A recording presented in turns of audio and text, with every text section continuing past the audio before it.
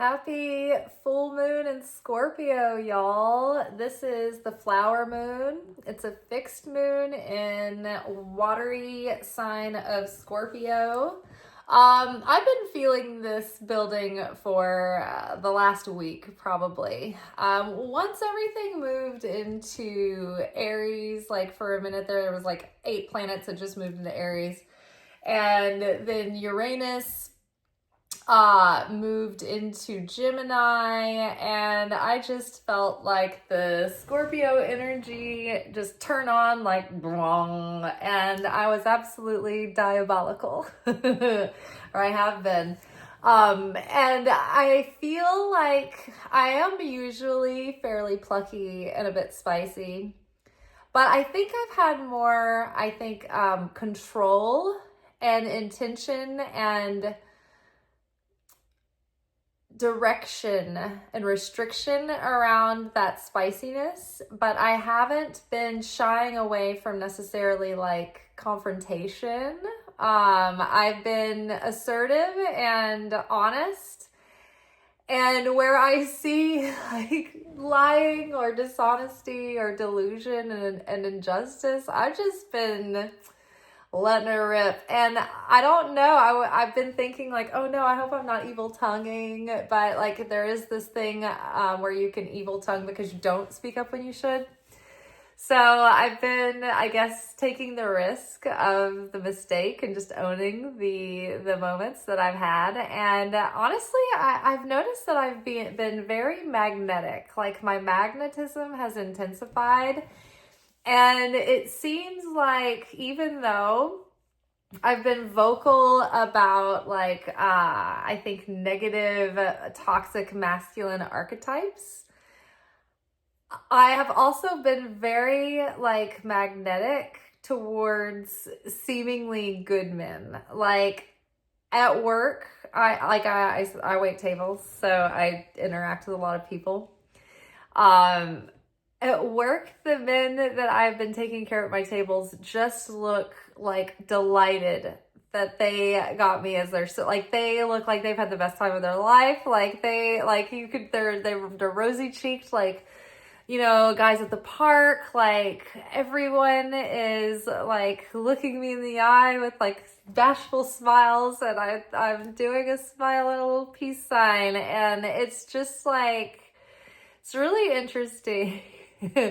So that's funny because I thought, you know, am I spewing like a bitter pill over here and making myself repulsive to men? And apparently not. So, but that does tie in to this Scorpio flower moon. Like the energy with everything that has been in Mars and Aries recently, combined with Scorpio, which is also co-ruled by Mars. Scorpio is like the house of the occult, so hidden wisdom, things that are unknown, mysteries. That's the slice of pie that deals with death and taxes, life's inevitable, unavoidable things, and secrecy and mystery and things being revealed. So this full moon is bringing illumination and revelation around things that have been concealed.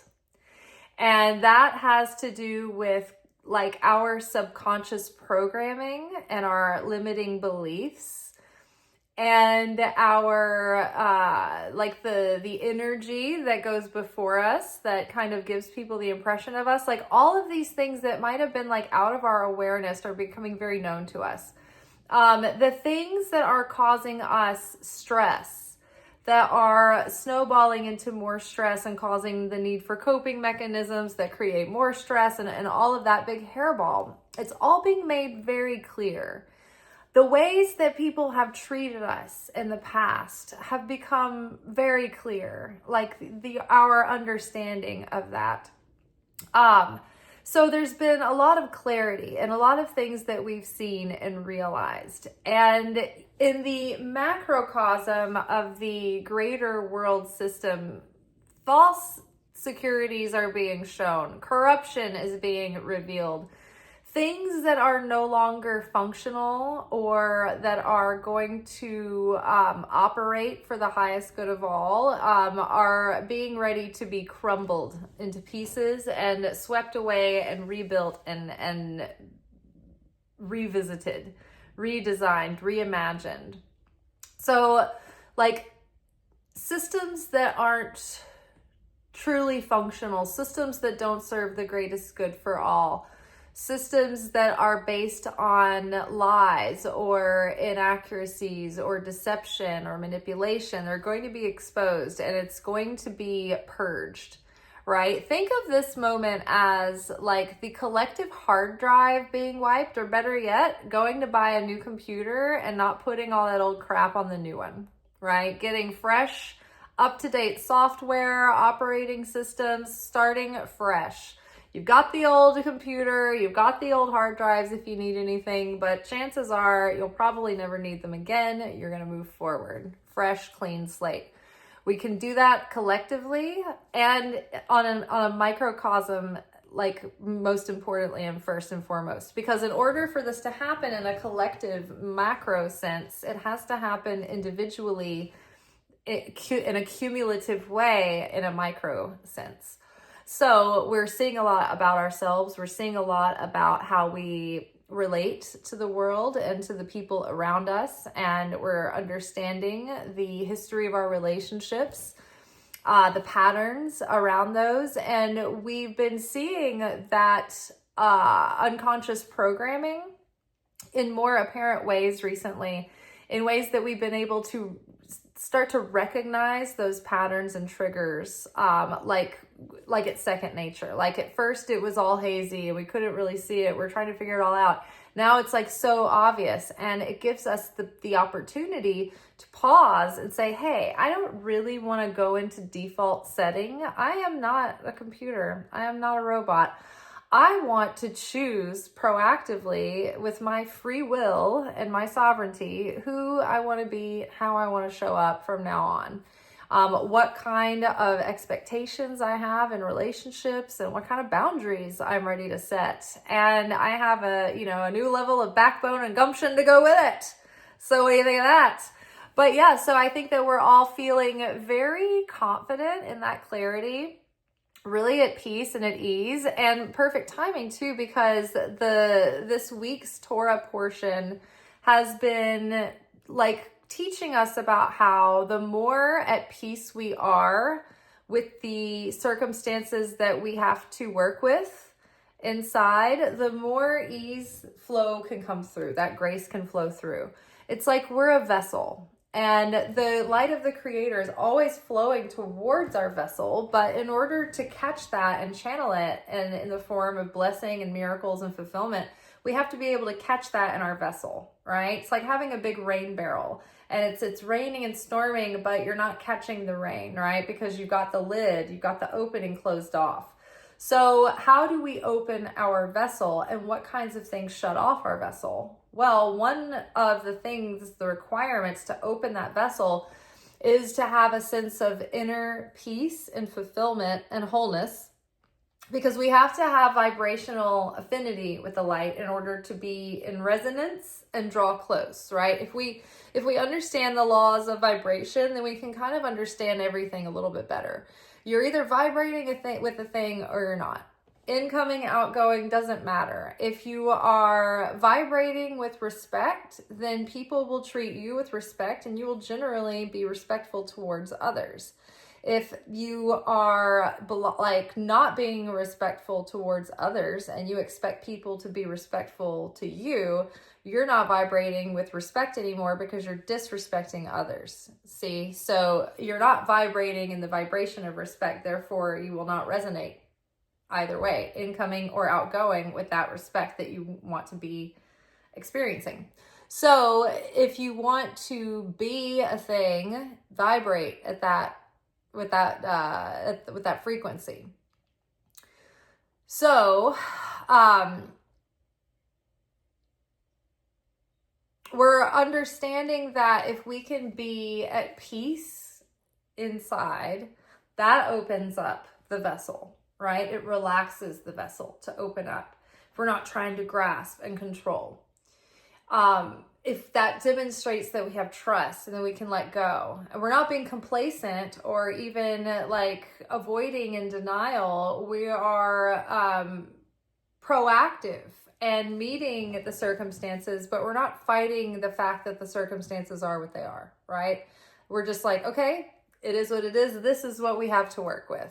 We're not giving up. We're not resigning ourselves. We're not fake accepting and then just like letting it be what it is. We are like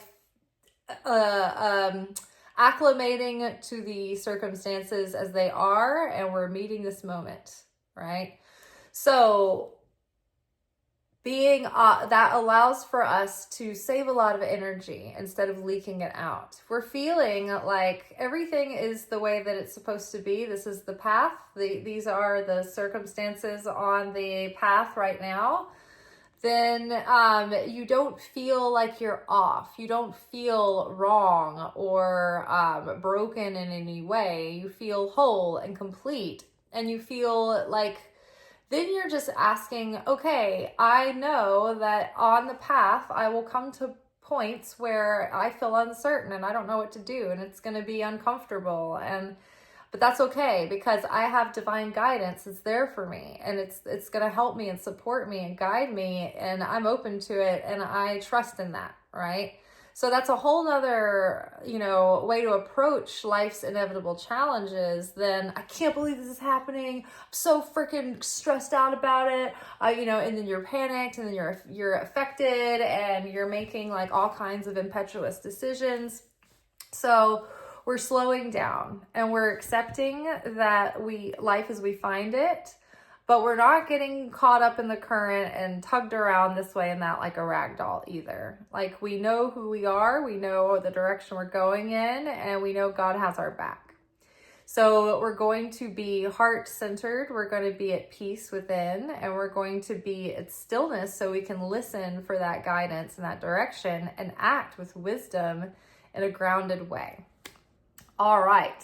And when we feel our triggers coming up, we can see our patterns and reactivity coming up. We can say, no, we don't need to do that. We can disrupt the pattern, disrupt that narrative, pull ourselves back and say, I'm going to observe this soap opera to learn from the plot here, but I'm not getting involved and I'm not getting caught up in the story.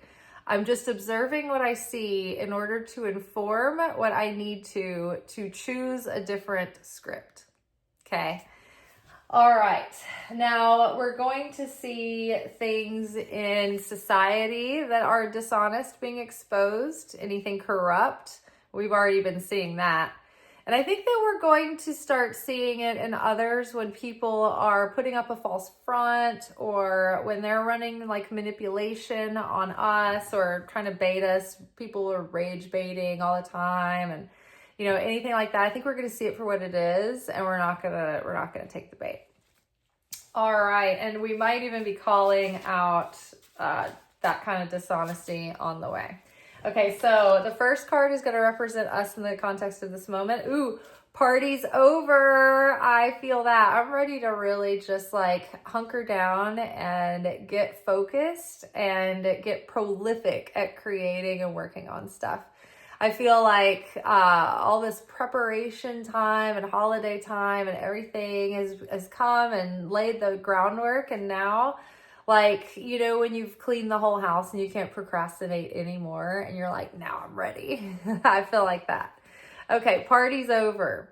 Overindulgence, detox time, time to buckle down. Balance is needed. Sober up, need a sense of purpose. Honeymoon is over, time to get to work. So again, with this Scorpio full moon, it's about cutting out those bad habits and things that are leaking our energy and our time and our resources. So overindulging and, wasting your energy, not feeling your best, not having the most workable hours in your day, overspending, all of those things, overeating, not working out enough, overworking yourself too much, like all of these things lead to a vessel that's not living up to its potential because we don't have the energy to channel through what we're capable of, right? So we're cutting out any ways that we're leaking energy and that we're leaking light, because right now, like the light of the creator needs us to be a strong vessel to bring more light in this world right now. Okay, what is crossing us? Creative collaboration. How exciting. Like minds capable of manifesting a common vision.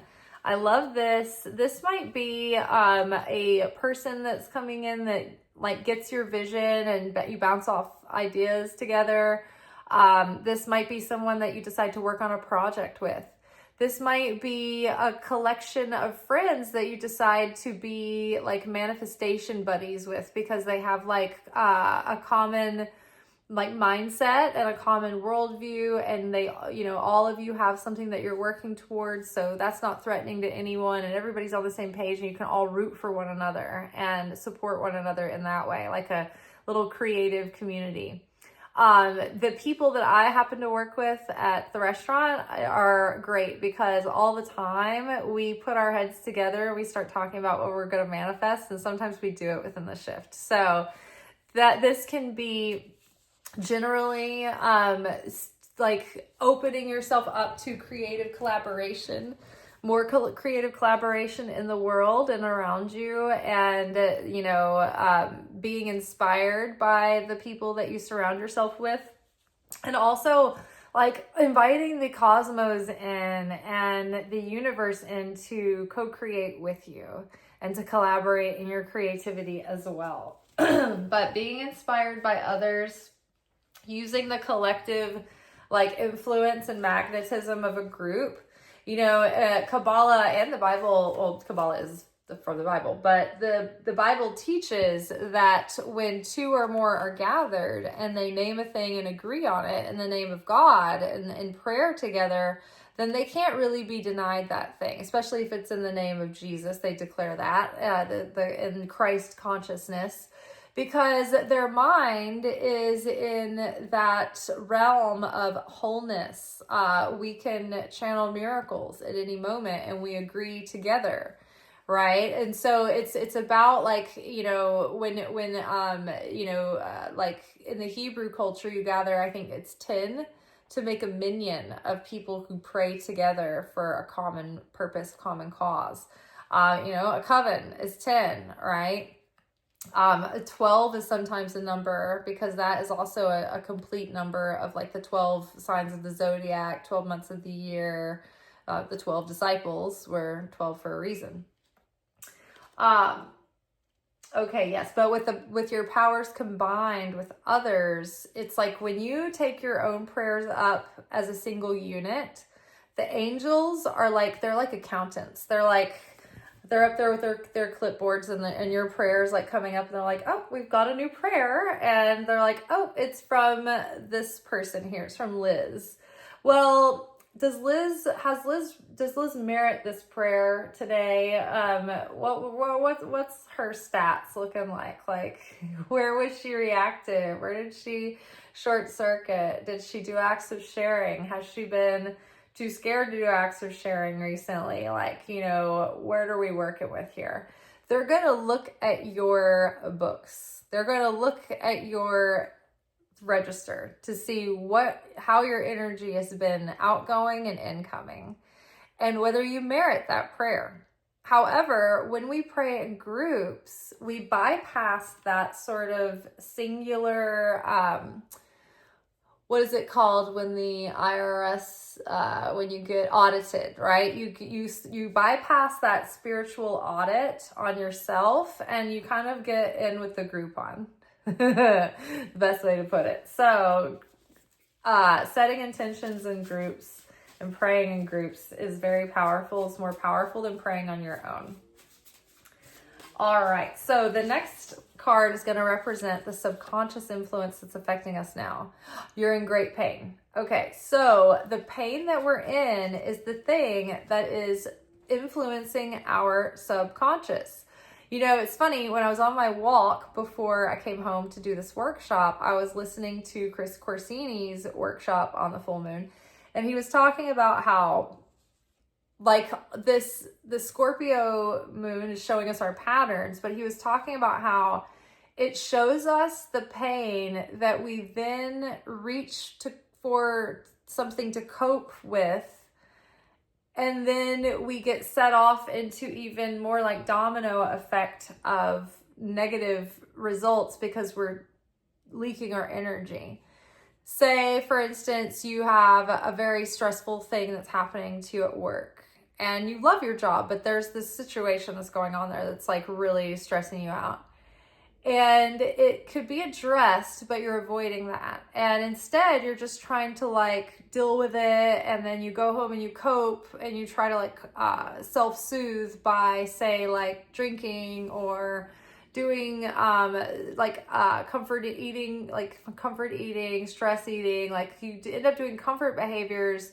Maybe stay up too late trying to wind down, and you don't go to bed at a healthy bedtime, and then you don't get up at a healthy bedtime the next day, right?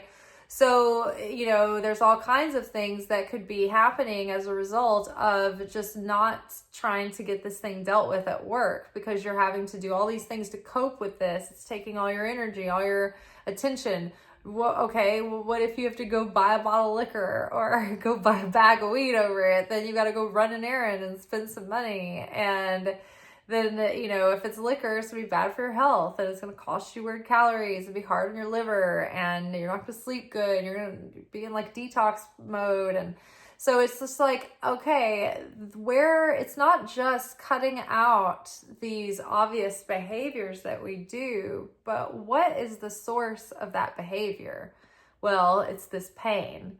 Well, what is the root of that pain? Can you go to the root of that pain and do anything about it?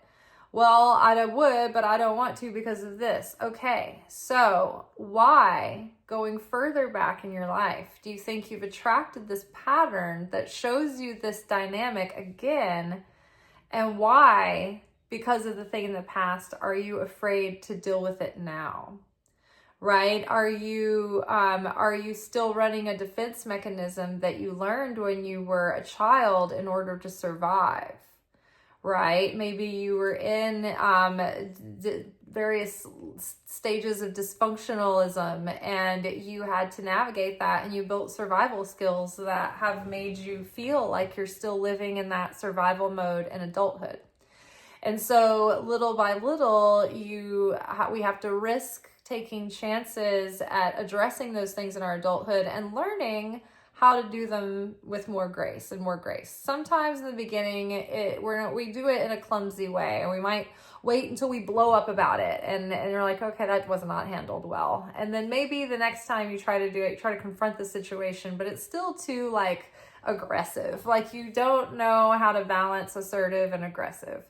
And then maybe by the next time you can do it in a way that's like not so emotionally charged, and it's not, you know, you're not like over doing it, or like saying too much, or like you're just delivering in a reasonable, clear way that addresses the issue honestly, right? You know, maybe the next time you can do it with even more compassion and grace, and with more ease, and be even more effective, right? But it's like the kind of thing where we have to try it again and again and get practice. But it takes a risk, and it takes being willing to be a little bit awkward and a little bit cringe the first few times, and you know, doing the cleanup work, and and forgiving ourselves, and just picking up the pieces and trying again. So we are in great pain.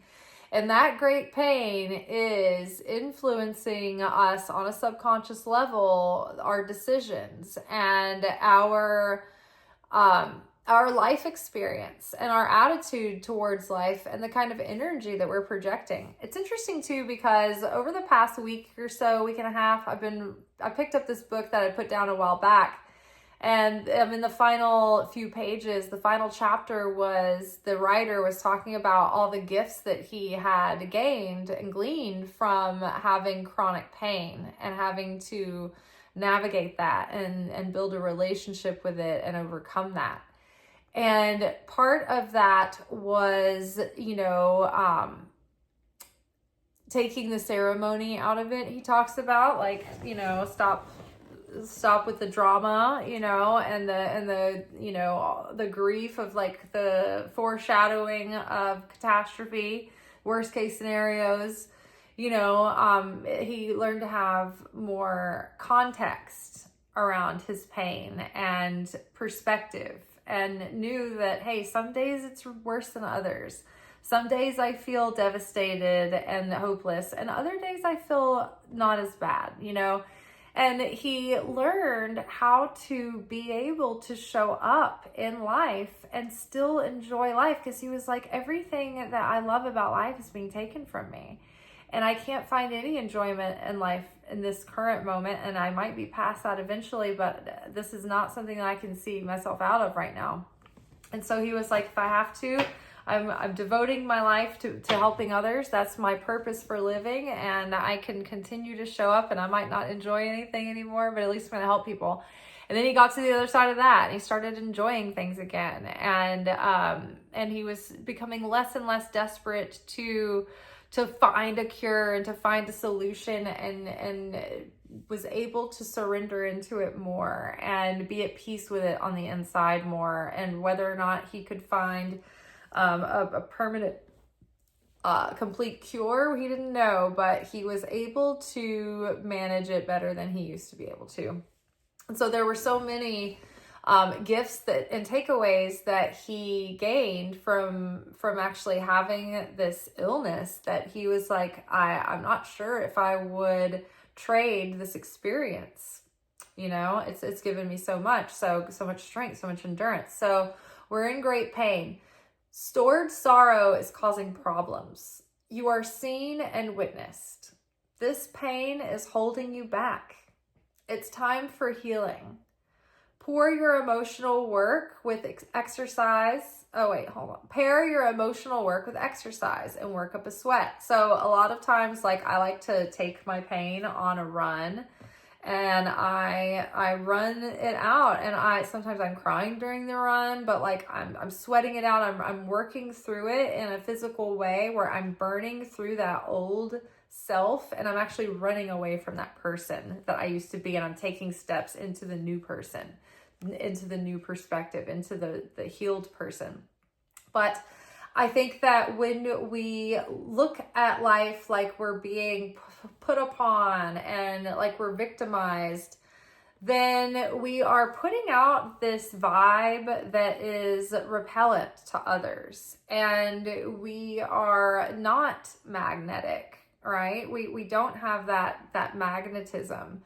And so it's not like that black and white, like, oh, well, if you just put on a happy face and you're nice, you'll be magnetic, because that's not really what I was saying earlier too. I was like, I've been, putting my foot down and being spicy and setting a bar and all of that. And that has made me a lot more magnetic, not because I've been more convenient for others, but because I've been,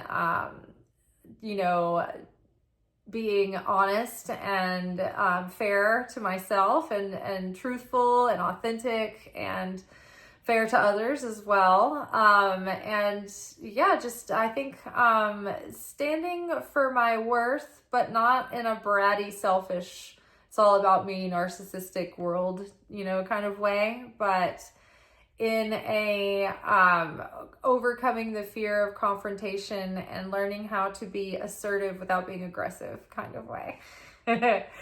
All right. So dismantling that subconscious programming that is there, triggered and sponsored by pain, right?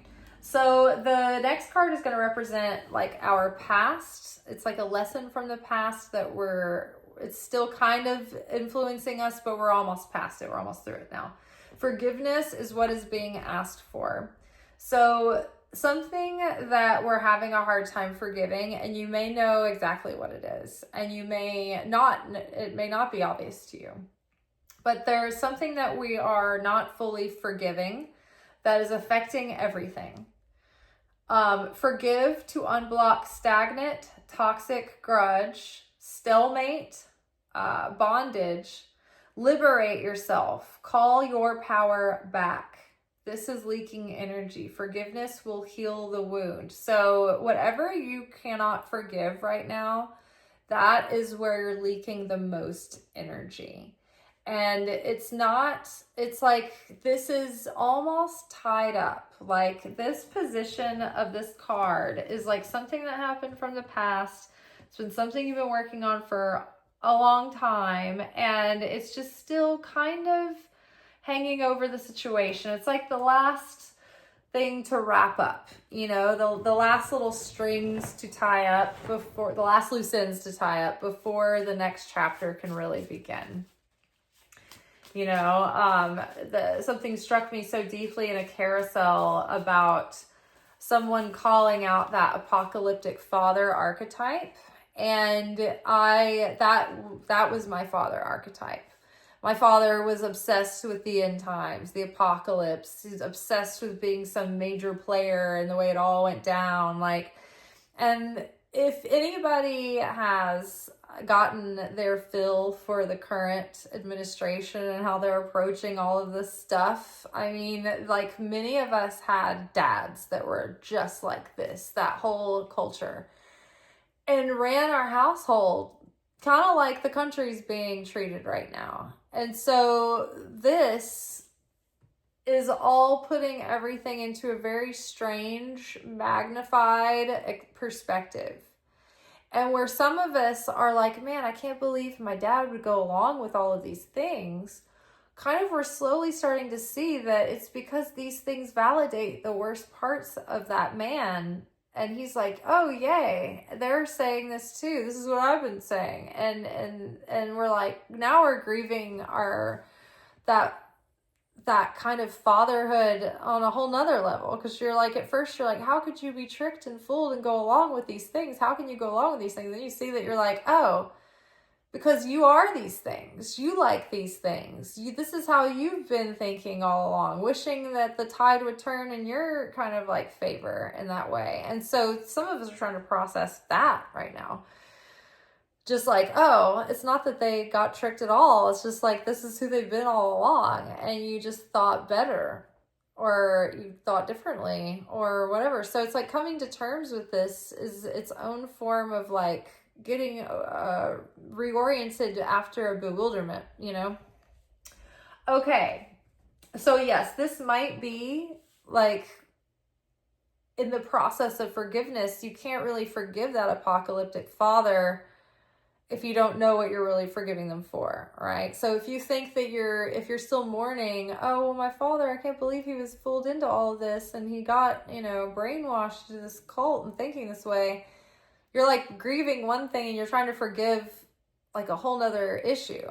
But then when you realize that this is who he's been all along, then you have to forgive that as well. But you're closer to forgiving the real issue and not forgiving another false mask, right? Another little sheep's costume, right? We can't forgive if we're dealing with a wolf in sheep's clothing with difficult fathers. Like if you have a difficult father archetype, like an apocalyptic father, then it's like we go through these all these like layers and seasons of work where we're trying to forgive the father, but we're forgiving the sheep's clothing.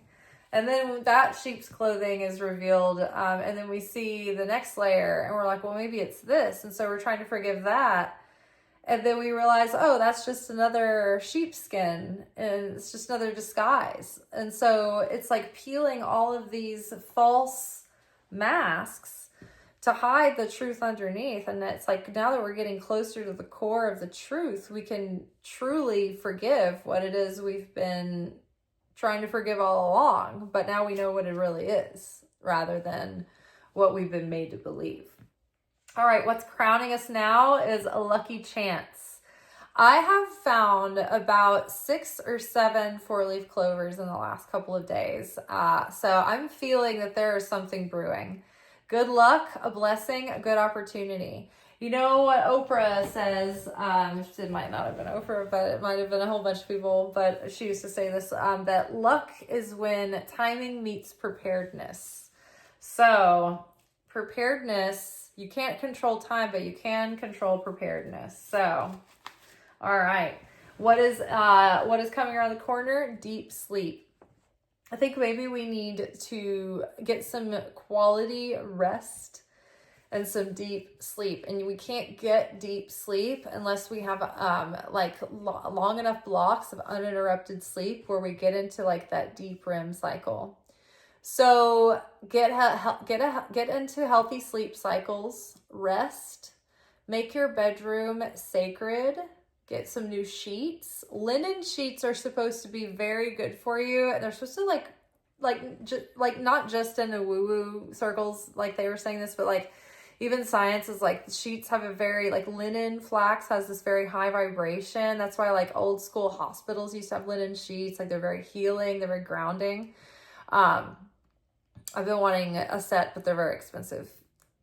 Get on healthy sleep cycles, rest, make the bedroom sacred, get some new sheets.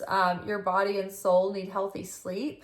When you go to sleep, your soul leaves your body or most of your soul leaves your body and it goes to the upper realms for like a miniature judgment day. But during that time, it is purged and cleansed to come back refreshed for the next day.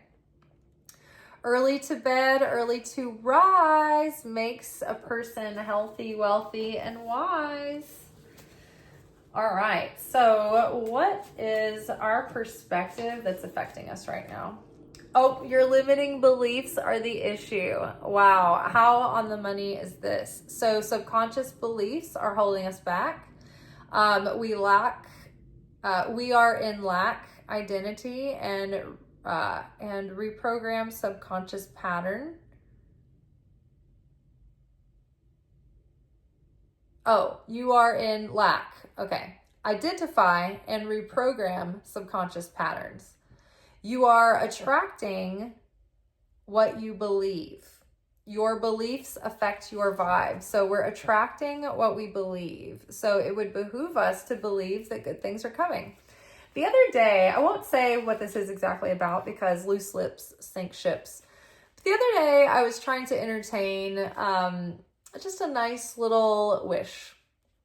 And it seemed a little bit delulu and far-fetched and unrealistic. And I kind of sobered up from that little wish and I kind of let it go. And I was like, you know what, this is lunacy, it's delusional. Like, I'm not going to entertain like a delusion or a lie with myself. I don't know, maybe it's not a lie, but maybe it is, I don't know. But it doesn't seem probable. And then after a little bit of time, I was like, you know what, do I believe in miracles? Do I hear stories about people's delulu stuff happening for them all the time? Yes, I do. So I believe that this delulu thing is possible, but not probable if it's not for me. So I was like, okay, so it's not that it's impossible. It could happen. It's not impossible. But if it's meant for me, it probably will. And if it's not, then it won't. And I just kind of like, just allowed myself to be like, well, yeah, I guess it is possible after all. And then I just sort of didn't think much more about it. I just wasn't like obsessing about it or anything. And then I had like a little, I don't know, like some activity in that little wish, like a little bit of like a cosmic poke to the wish. And so it made me think, maybe just even a shift in that willingness to revisit that limiting belief and resist a little bit and disrupt it and challenge that limiting belief. Okay, so this card is going to represent how the outer world is affecting us. You're making too big a deal of this. So seeing the world, the 3D world of illusion, and believing that what we see is the final draft of the script. Like it's a done deal, it's set in stone. Things can change so fast. And if we really, like Jesus said, if you had pure faith, even just the amount of a little tiny mustard seed, if it was pure faith, it could move mountains. You could say to that mountain, uproot and go into the sea, and it would move into the sea.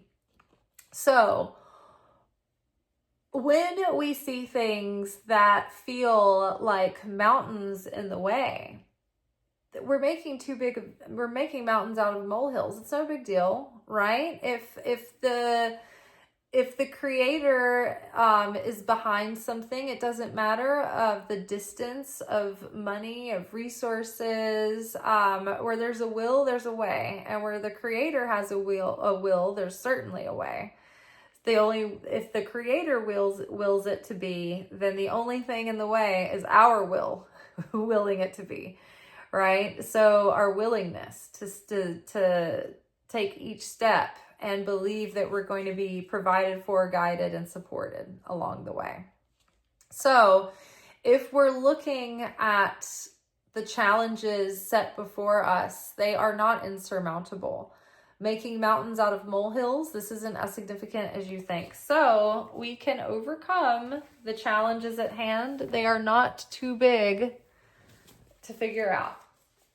Okay, so the next card is going to represent our hopes and fears. Imuna, okay, absolute certainty. Faith, understanding that you already possess everything you desire. So our fears and our wishes, that is one position in the reading. Hopes and fears. And it's like we hope that nothing that we fear will come true, and we fear that we aren't going to get what we wish for, and it's like the hope and fear is kind of wrapped up together, isn't it? Hopes and wishes. So if we have Imuna, this is the kind of quality of faith that is beyond belief, and it's beyond sort of a hopefulness. Imuna is like a conscious choice to stand in that belief and to stand on business, even when you know the logical reason behind it, like maybe the odds aren't good, right? Maybe it's not a reasonable thing to believe that this is probable or whatever, right? You have reason, you have logic, you have understanding, and you have wisdom, but you also have a lived experience with God, and you remember the miracles that you've witnessed in your own life and in the lives of others. And so you know that where you open up spaces for God to move through, God works in those spaces. And what opens those spaces is your choice to be faithful, right? One of the things that I loved about, I love the show The Chosen. I rewatch it all the time. I always learn something different when I watch it again and again and again. And the thing about doubting Thomas, the disciple Thomas, is that he went through a really tragic loss that gave him the kind of heartbreak that would justify him questioning everything he ever believed in. And he struggles with it for a long time, and he's angry, and he's hurt, and he's enraged, and he's outraged, and he feels like it's not fair. But he doesn't leave the discipleship. He stays, and he doesn't know why Jesus let things happen the way they did, but he believes that there is a reason behind it that he can't understand, or that beyond that, his understanding, his faith is more important. And so, at one point he asks Jesus, is my pain, is my anger the thing that is betraying you? Is this the betrayal? And Jesus says, no, even in the midst of your pain and your anger, you have been faithful. You have continued to show up. You have continued to choose to be here. And so that is Amuna. That is the kind of faith, that is the kind of certainty that says, all right, I have logic and I have reason and I have wisdom, and I'm not like an arrogant fool that's ignoring everything, but I believe beyond what logic allows for. And I know that miracles can happen. And I know that I'm not guaranteed one, but it's certainly possible. And I'm going to keep believing that somehow the path is going to provide me a stepping stone, one after another, even if it's just one at a time. Right? All right. Hell yeah. All right. And then the final outcome. Let's see. What is our final outcome? I'm seeing this card jumping out at me. Ooh, show your support. Showing, sharing. So acts of sharing. So when we practice an act of restriction, sometimes that looks like an act of sharing. So if we, for instance, get our weekly paycheck, instead of keeping it all to ourselves, right, to receive for the self alone, an act of restriction would be taking a portion of that check and doing an act of sharing for someone else who needs something, or, giving to someone else in a situation where it's needed. So that would be practicing restriction. So show your support. Doing acts of sharing, this can be the idea, or like the mindset of practicing restriction and putting yourself out a little bit to be a helping hand, or a caring influence, or a caring support, or just like an encouragement to someone else, or physically like giving money or support to others. I will be honest, like over the past few weeks, my finances have been pretty grim, and I've been trying to get myself back in a better position. And that snowstorm that kept me out of work for 11 days also costed about the same as what I'd lost not working. That was a pretty big hit. And then to come back to having like a very difficult economy has been rough. So I haven't been brave enough.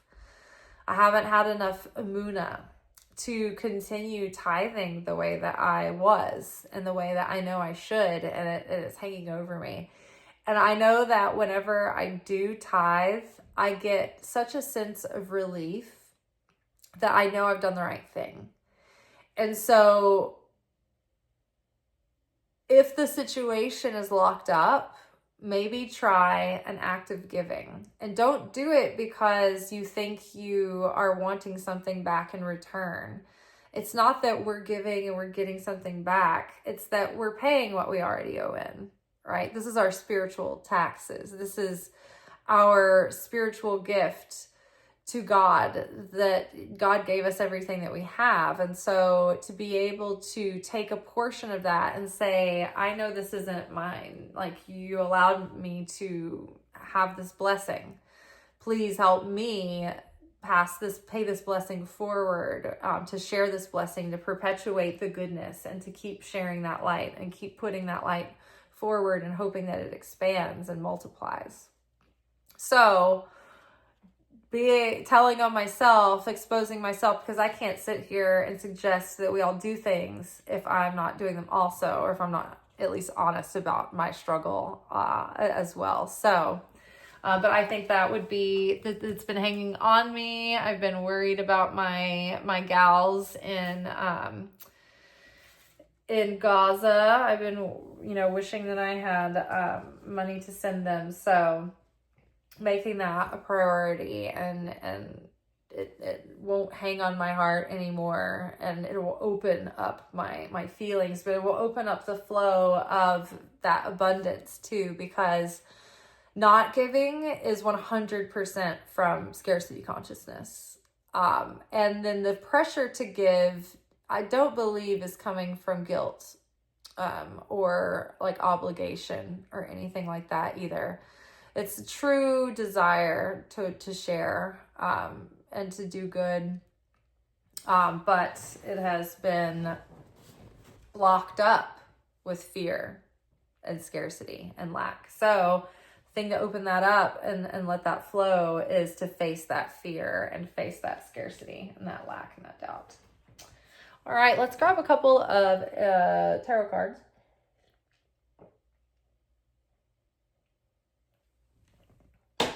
To sort of give us a synopsis of the reading. Ooh, that water was good. You know, and sometimes you just get a really good drink of water.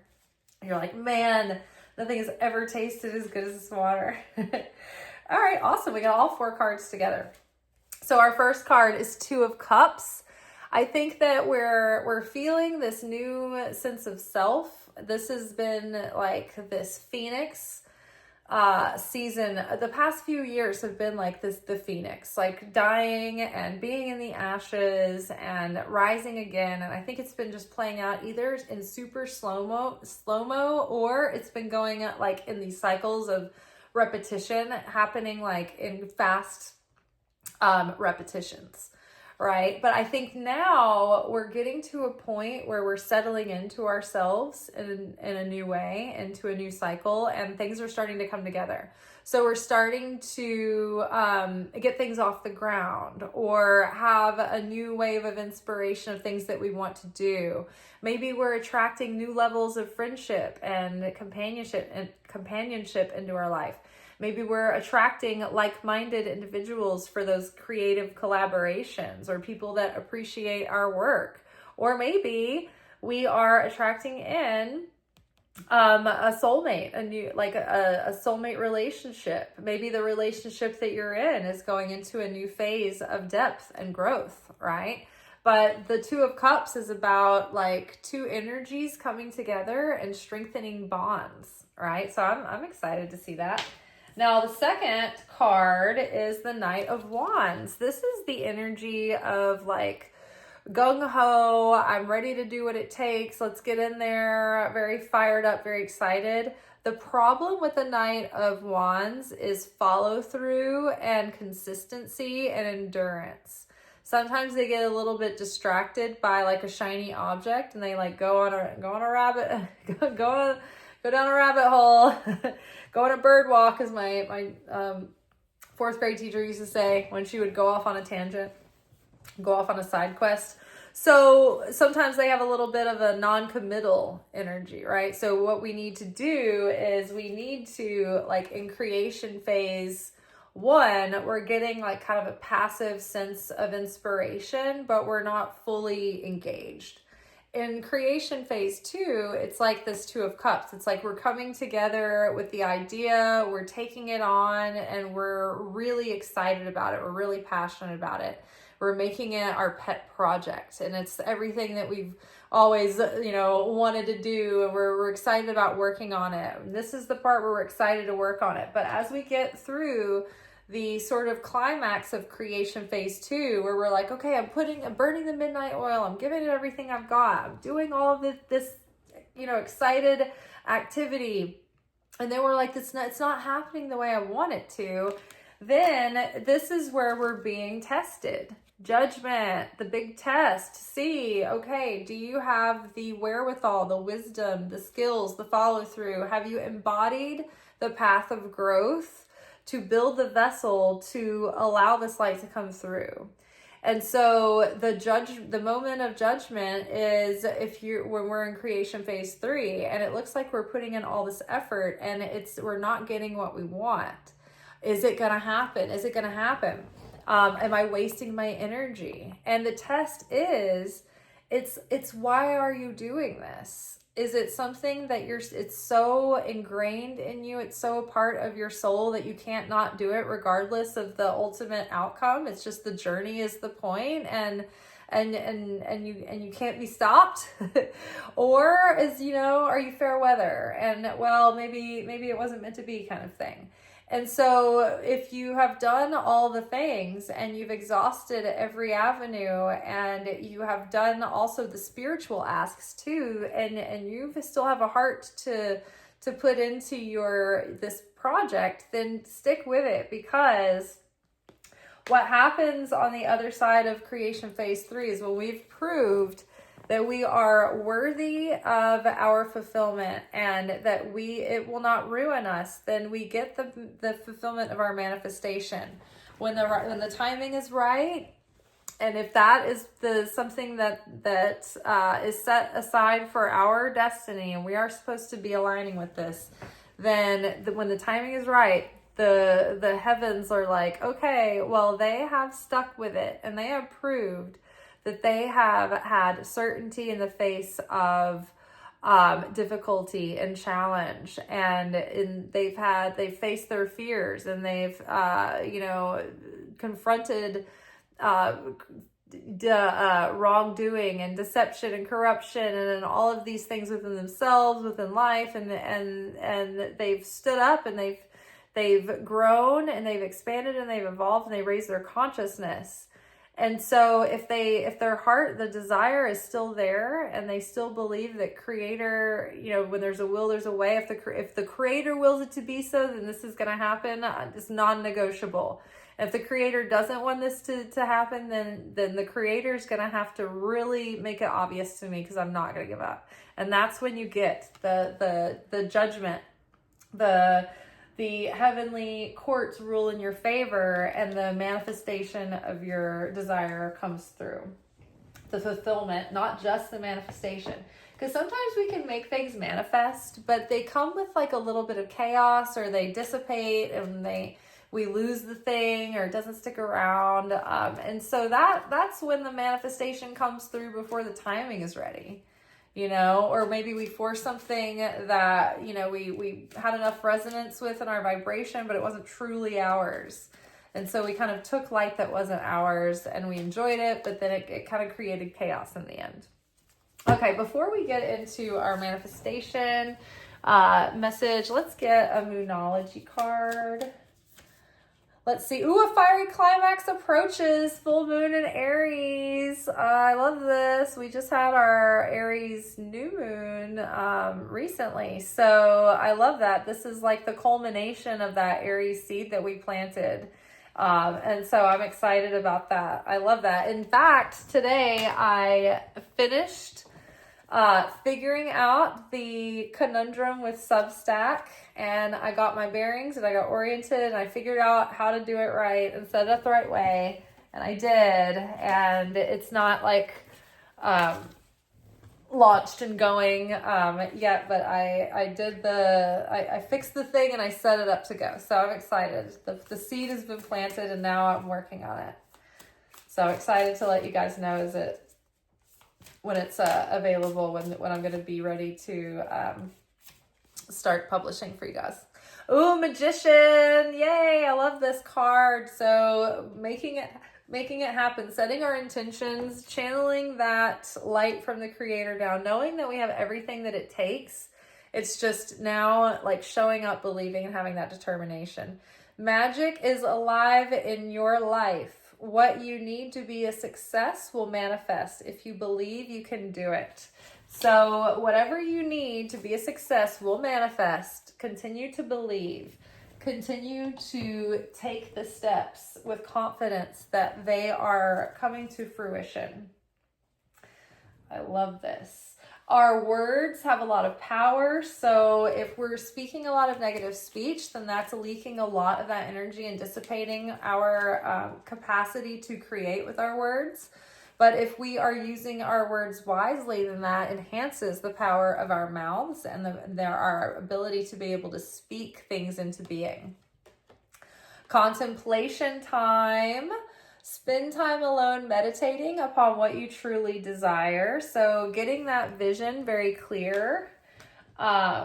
Chiron is conjunct with Mercury in Aries. So really getting clear around our ideas and our thinking, and the wounds that held us back from pursuing our ideas, and the wounds that tainted the way that we thought and the way that we believed, the way that we saw the world. So thinking about getting that vision, getting that clarity, whether it be about, think about your whole life. Think about all of the categories of your life, and do like a meditation where, you just put on some good classical music and some headphones, and you just relax, and you don't have any kind of pressure around this meditation, but you just let yourself get into a deep relaxation where you're imagining a day in your life where everything has fallen into place. Everything you've ever held dear in your heart, all those dreams, you've got the partner there, you're in your dream house.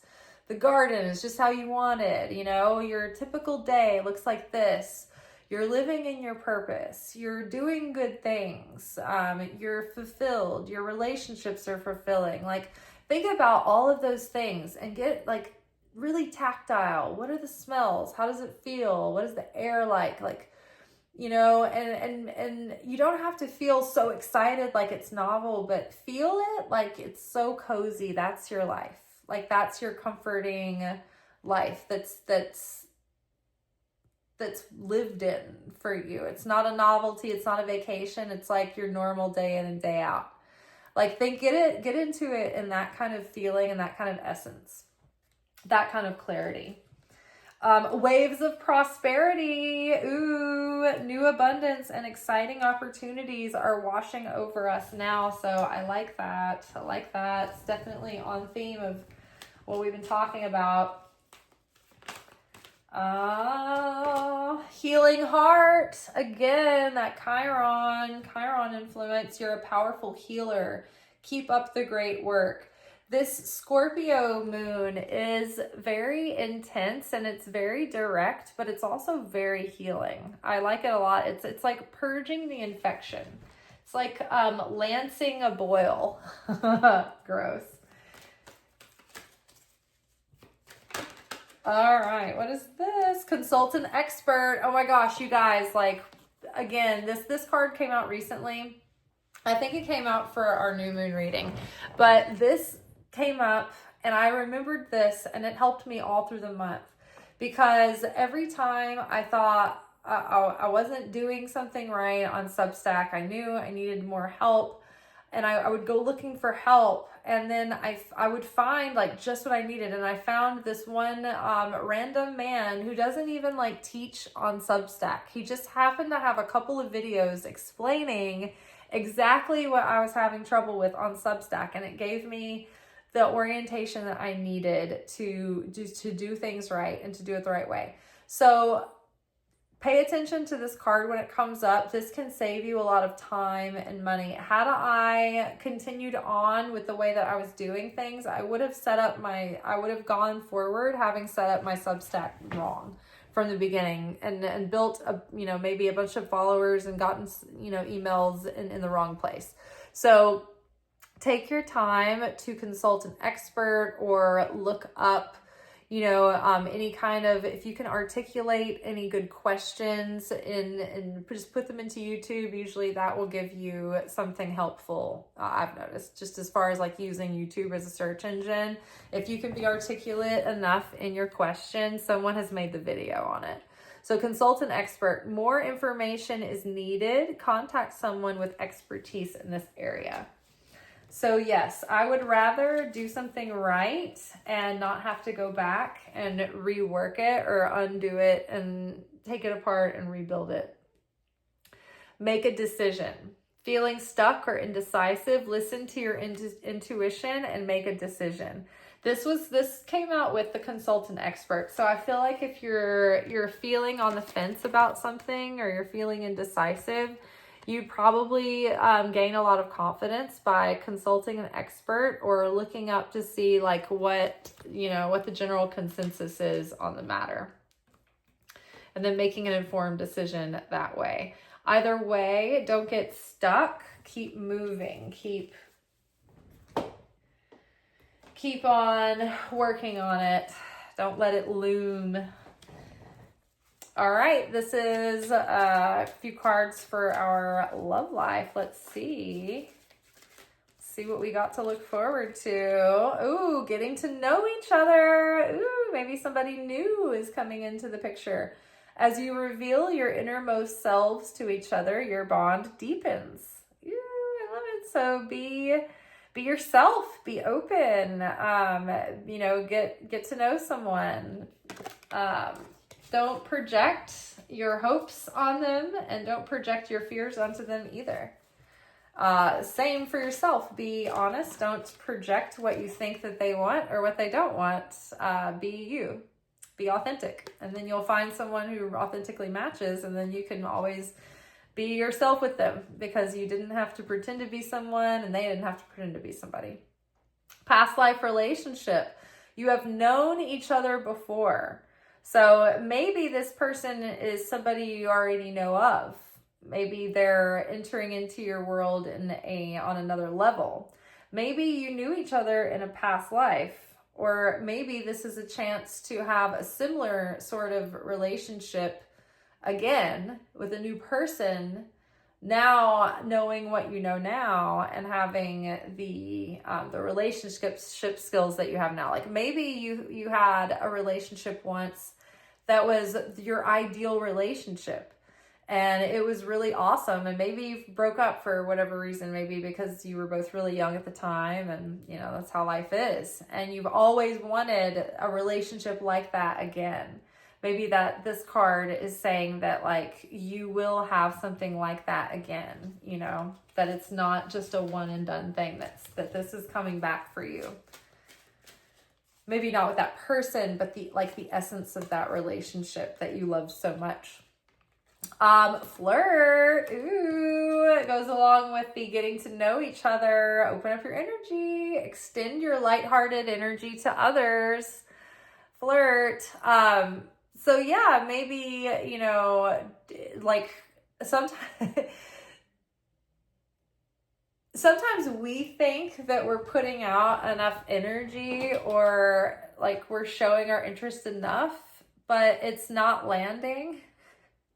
Like we're not as obvious as we think. So maybe embolden yourself a little bit to be a little bit more flirtatious than you normally would. Like, don't be a weird creep or a psycho. Don't make anybody uncomfortable. But maybe take a little bit more risk and putting yourself out there. Be a little bit more willing to embarrass yourself and see what happens.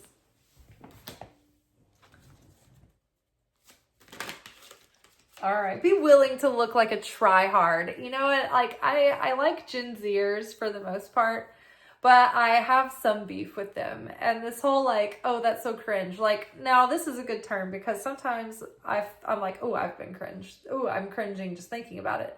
And then some other people, I'm like, that's cringe. But they think everything is cringe. Like they're so worried about, I guess, appearance and what they look like. They're like, oh my God, don't pause before your video starts. Like, that's so cringe. And I will pause. I'll pause. I'll say, hey, you know, I'll do the millennial thing. I don't care. But they're also like, they don't want to look like a try-hard. And I think sometimes that they like generalize try-hard. So like, I don't like a brown noser, or someone who forces something, a situation, or someone who's real pushy, or someone who performs or is like a poser, or is like trying to be something they're not. But I feel like that gets thrown out around when talking about people who just show up with like an enthusiasm and optimism and willingness, and a willingness to participate and go along and play along, right? So I love someone who is like, goes in fully committed to a bit, you know?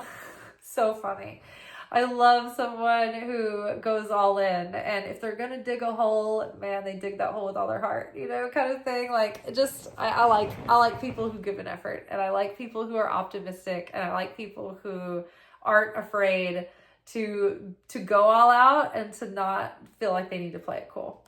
Sometimes to me, playing it cool is being willing to be that like absolute goon and goof and really own it, and then that to me is cool. I love this. New love, guys. Wow, look at us. We're not going to die alone. New love, a new person has stirred your romantic feelings. I love it. Very exciting. Hopefully you've stirred theirs as well. All right, and let's get some motherly advice from Mother Mary, Queen of Angels, Jesus' mom. What do we need to know for the next couple of weeks as we are in our waning cycle? Here we are. Ooh, self-respect. R-E-S-P-E-C-T. Find out what it means to be. R-E-S-P-E-C-T. Take out what it means to me. Nobody knows what that song, what that part says. Okay. I honor and love myself through my healthful actions. So we need to demonstrate self-love to ourselves, and that increases our magnetism, and it puts out this signal to others on a subconscious level how they are to treat us. And this is in action what I'm talking about. Like when I said, like, every, like, crossing paths with men this week, they have been like delighted to like cross my presence. It's been like, I've been very magnetic, and I have been assertive and confrontational towards men, both on the internet and in person. So you'd think I'd be putting out salty, bitter, spicy vibes, but I haven't been nagging or anything. I've just been setting a standard and taking up for myself and taking up for the greater good and for justice and speaking positive truths that can be positively transformational, but that might be hard to accept. In good company with Jesus and John the Baptist. So that has essentially increased my magnetism, and people everywhere have been treating me in a noticeably different way of just being super, respectful or excited about me or really welcoming or, I go through these periods where sometimes I feel like what it might be like to be a celebrity, because I have a certain like amount of energy that goes with me everywhere I go. And sometimes like I'll walk into a space and I will be attracting a lot of attention, and I'm not trying to, and sometimes I'm, dressed up, sometimes I'm not. But I just attract a lot of attention, and sometimes it equals like, privilege and bonuses and perks. And so, but that's not always the case. And I can tell that when I'm on the inside, that energy of like roll out the red carpet is just there. And when I'm not in that energy, it's not. And so when you have that self-respect and you are honoring yourself, it puts out that vibe, and people start to roll the red carpet out. Let me get that door for you. Can I buy you a sandwich? Like crazy. But I honor and love myself through healthful actions. So this includes setting boundaries and holding standards. This is treating yourself with respect and care, like giving yourself good, nurturing food and water and adequate rest and, things that take care of your physical body, giving yourself your vitamins, going to bed at a good hour and getting healthful rest. Reading books that are good for your brain and for your heart and for your spirit. All of these things are nurturing and add value to your mind, heart, body, and soul. I was just thinking today, my feet are, they hurt a lot and they get really stiff. And I thought about it, and I was, kind of mad about it. I'm like, oh, how can my feet hurt like this? I'm still too young. And then I thought, well, my poor little feet, like I should just be nicer to them, because they've taken more abuse than any other part of my body my whole life. I've been a dancer. I've crammed my feet into shoes that weren't my size, high heels that were very painful. I've put my feet through so much abuse. And I'm just like, how dare you communicate your pain to me? How dare you reflect the things that you've been through and the miles that you've walked? And I was just like, man, I should be more loving and treat my feet better. and be more understanding of my feet and nicer, you know. And I thought, well, that's an act of love, even just to my feet, and understanding and compassion. And then I thought, wow, that, you know, that's part of what I should, you know, how I should treat the rest of me. And it occurred to me one time, like, you know, I have this habit of liking to, like, after dinner, like my work is at night, and so my days and evenings they go later into the night. And so sometimes by the time I've eaten dinner, it's like really, really late at night, and I'm like, oh, I want to stay up a little while, or else I won't have any time to relax and like wind down.